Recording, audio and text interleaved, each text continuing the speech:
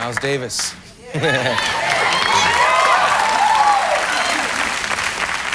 You have an autobiography coming out soon. Yes. What is it called? Miles Davis. Yeah, Miles Davis. I mentioned the word innovative in my intro. Last night I mentioned the word legend. Does that wear on you? Does it become burdensome? Oh, you mean legend? Yeah. I don't like that, no. Because I'm not finished. Good point. I have to remember that. I'm not finished. Yes. Is there anyone that you looked at when you came up and took things from?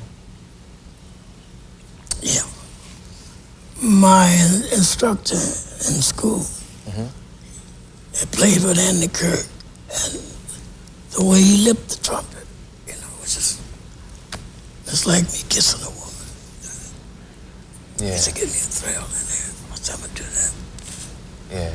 It was like kissing a woman. That was the technique. Well, I mean, the feeling, you know, I mean, to the horn. Yeah. Like that.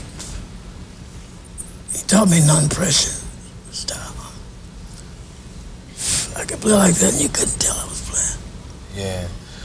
What is the thing you used to do with spitting rice and peas? What's that all about?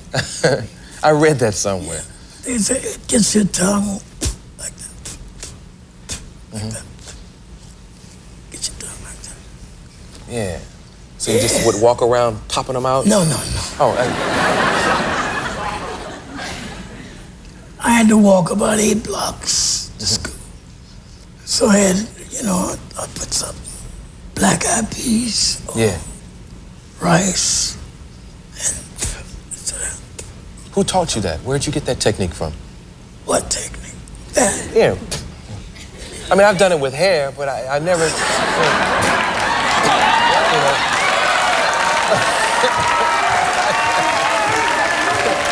Oh, no. I mean my mustache. What's wrong with y'all?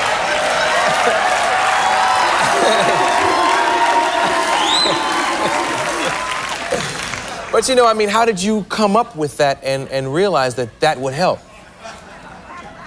You just said it. No, one day you was spitting out hair. You said, I bet if I got a heavier substance. You know, my instructor told me, you know, he said, just get a handful of rice or something. And, you know. Yeah. Because I used to take scissors, and you turn the scissors around, and you can look in the mirror and see what you're doing wrong, you know. This is very important when you're learning an instrument. Yeah. Okay. The mouthpiece, the way you make the tone, the sound. You have no sound, nothing. What do you think of music out there right now? Rap music, hip hop, Prince, you know, George Michael's. What do you think of the stuff happening now? What do you mean? The music is out there right now.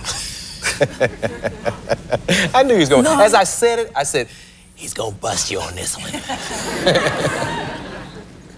But you know, the kids.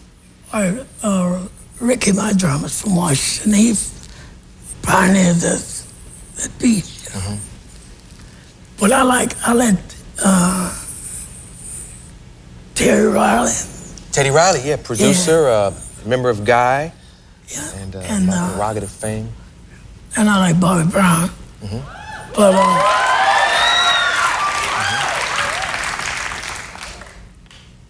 but all the drummers I get, I tell them, it must be a beat in between the beat. You know, Prince says, get up on the one. It's got to be a beat in between. Bobby and them, Terry has it with, I think he has it with the turntable. Yeah, the scratching. Yeah. Yeah. You got to get that sound in between. Yeah. It's interesting. How much time do we have? Oh, cool. 1 minute? Okay. He said 2. Yeah, so you like Prince too? Oh yeah, I love Prince. Prince is a genius. He can do everything.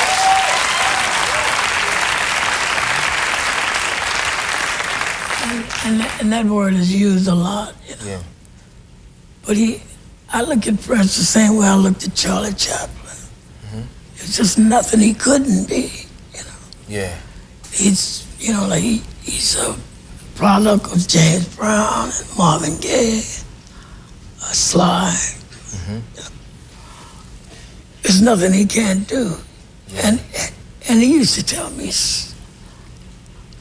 I say, Prince, you must feel good when you wake up as another person.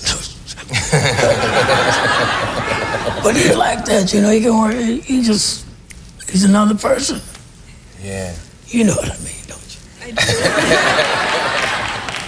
I do. I went to the basketball game last night, obviously, and I thought about you because my friend, because the game wasn't going the way I wanted it to. No, sometimes I think about my work 24 hours before it even happens, and a friend of mine, Terry Williams, had told me a story about taking you to a game. Right. And since I was real close, I heard the squeaking of the shoes, and she had told me how you hear music when you're close to a basketball game. How does that thing work? Well, if you're on this end, and the basket's here, and they're there, to me, you hear like, blah, blah, blah, blah, blah, blah, blah, blah, blah, blah. And then as close they get to the basket, you can hear guys sliding on breaks.